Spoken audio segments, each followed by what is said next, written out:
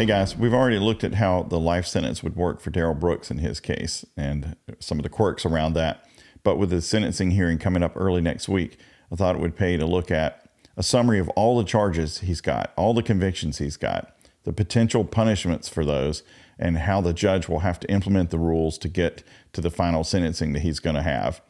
Now, some people just glanced, I guess, at my other video and said, oh, this idiot thinks he's going to get out or whatever. I don't think he's coming out. I think the sentence the judge is going to hand down is going to put him away for the rest of his life. That's my opinion. But there's not a special Darrell Brooks statute that says he just goes away for life. All the rules have to be applied to him like they would to anybody else, and that's what we'll go over. We'll go over what was he actually convicted of, what are the penalty enhancers, how the judge has to find the appropriate punishments for those, and how it all winds up, what happens at the end of it. So the judge has a job to do. It's fairly complicated. The sentencing statutes in Wisconsin are not simple. They've been revised several times. They're divided into different areas. The language isn't all that clear. It's complicated. Now, the judge is going to understand it. It's what she does for a living. But she has to abide by it, and she has to make sure that she does everything right so that there's no grounds for appeal.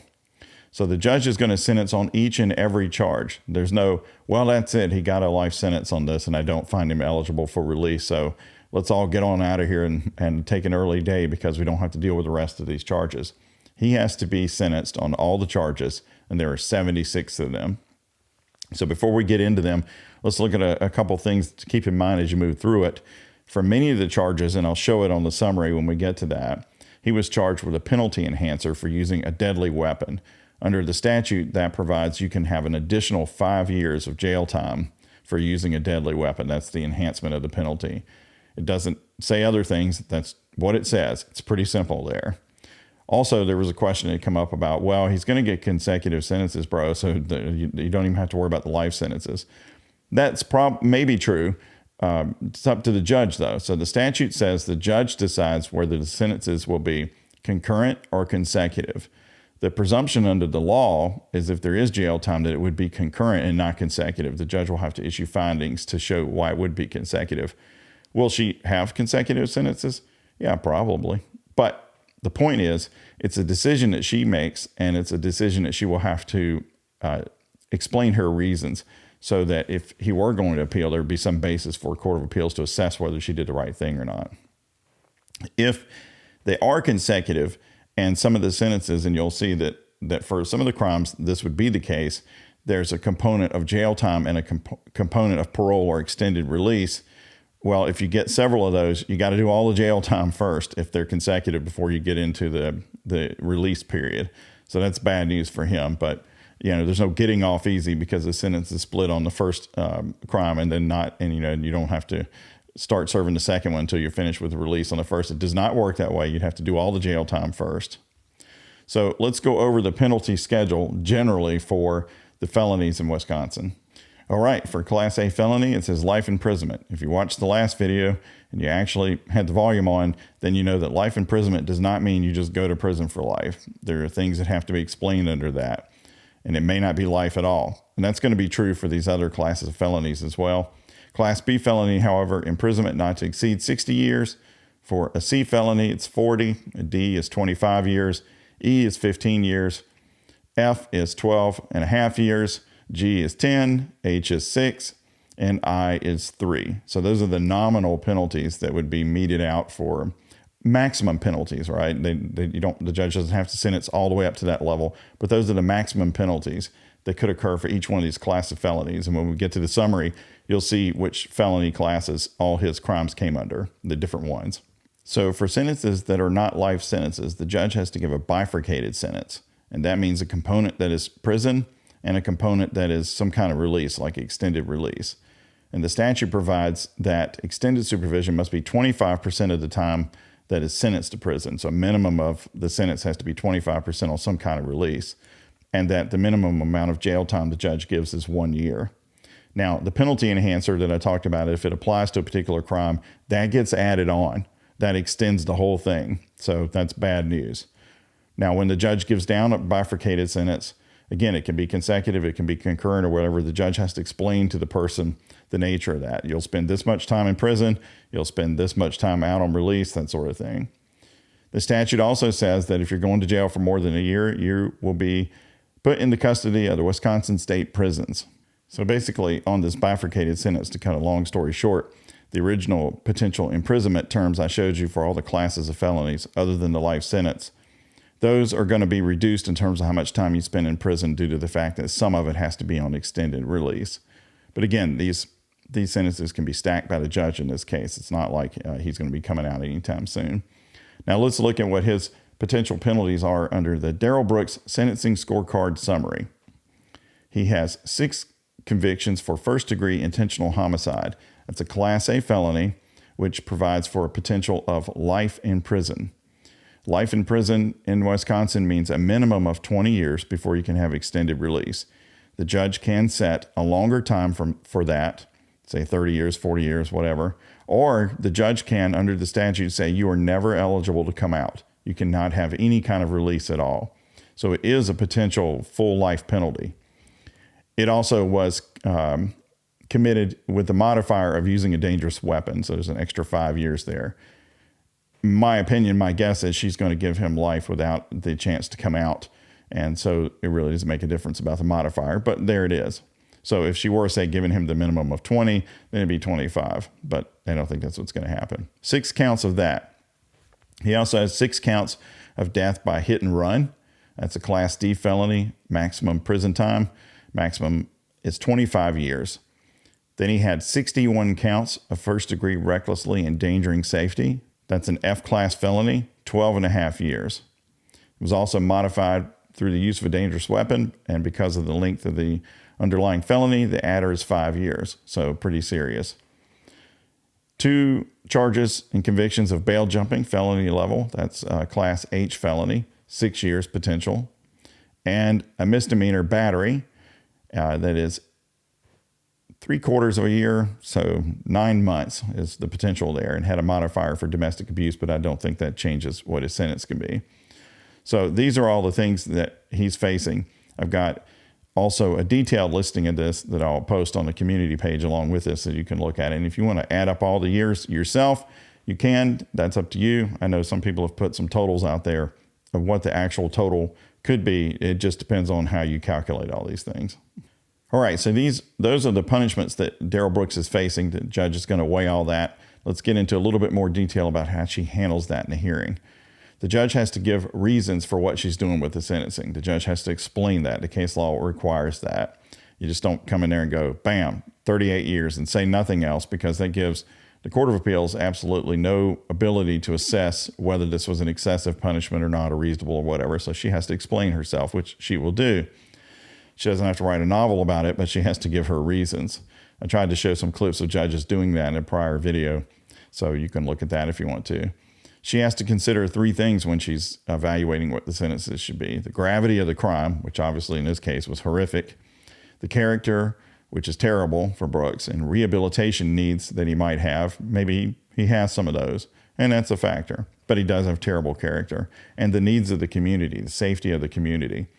So I think under gravity of the crime, the fact that he's been a terrible character for his entire adult life, probably before that, and that he is always a danger to the public, is going to give her all the ground that she needs to stand on to give the sentence at the highest level or whatever she feels is appropriate.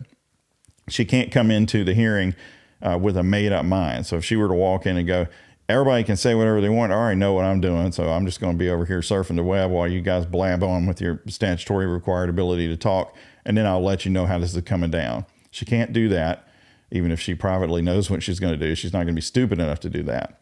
However, the law doesn't say that you can't think about it ahead of time, or that you can't even come up to a tentative conclusion ahead of time. So again, in the prior clips that I showed, the judge would say, I'm going to be open-minded in this. And they need to say that, but it doesn't mean that they don't have already in their mind, I've read everything and I think I'm going to do this, and I will listen to these people and I will respect what they have to say and take it on board, but I already have an idea of where I'm going, and that's okay with the law. Now, the law says that you have to give the minimum sentence necessary. Don't put people in prison if you don't need to.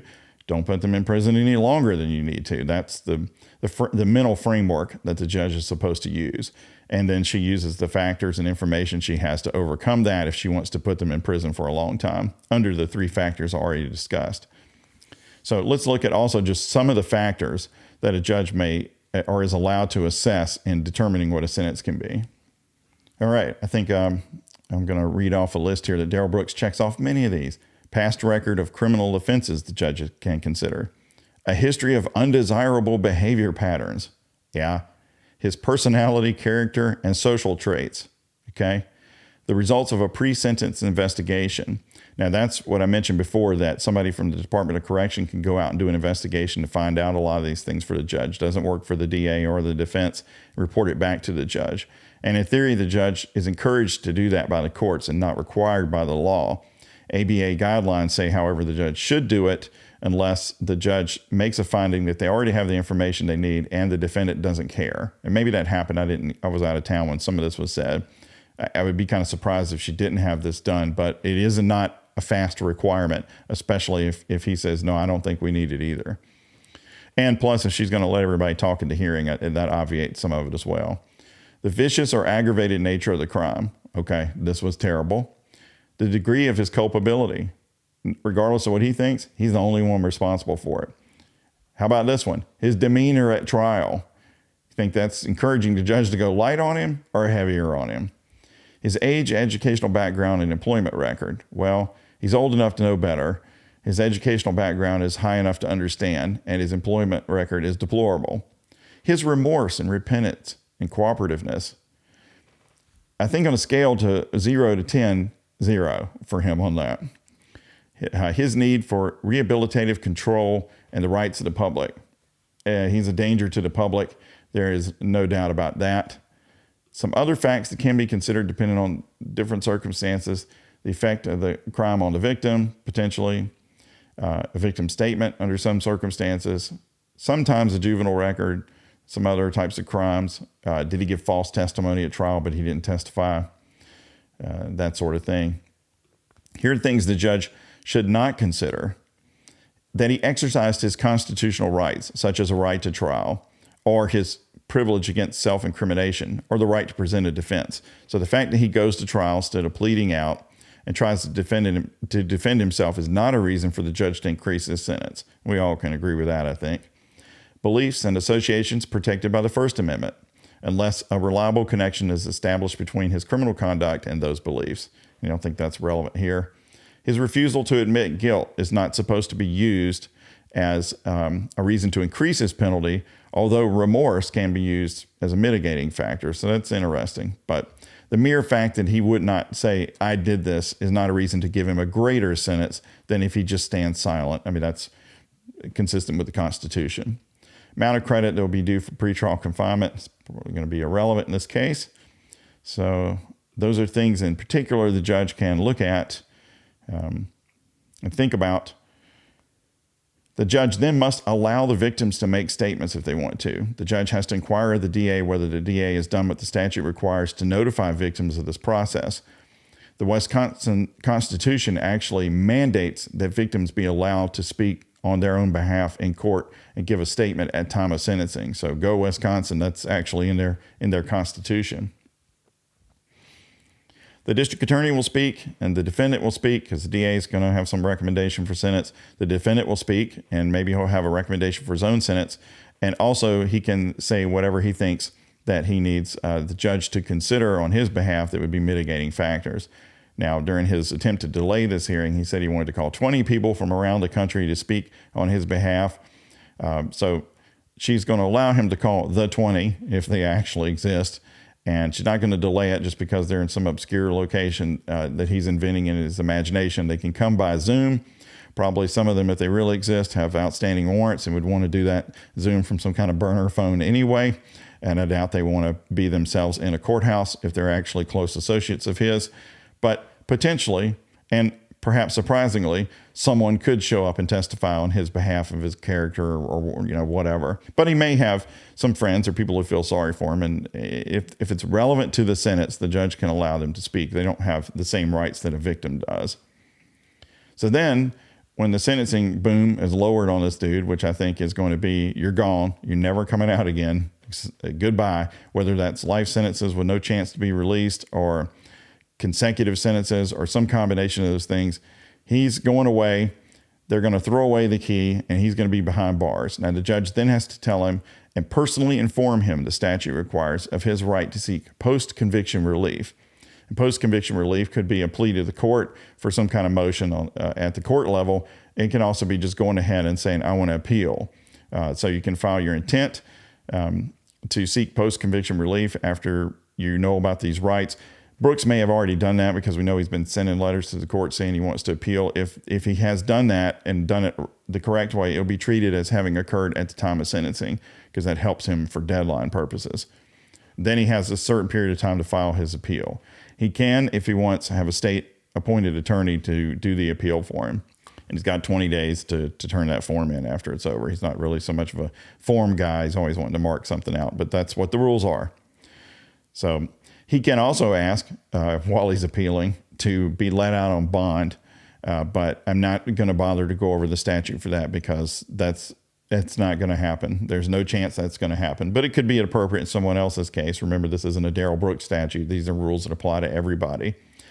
So I'll have all the 76 charges in a detailed format for you if you want to look at them and kind of follow along in the sentencing hearing that way. And also the summary sheet.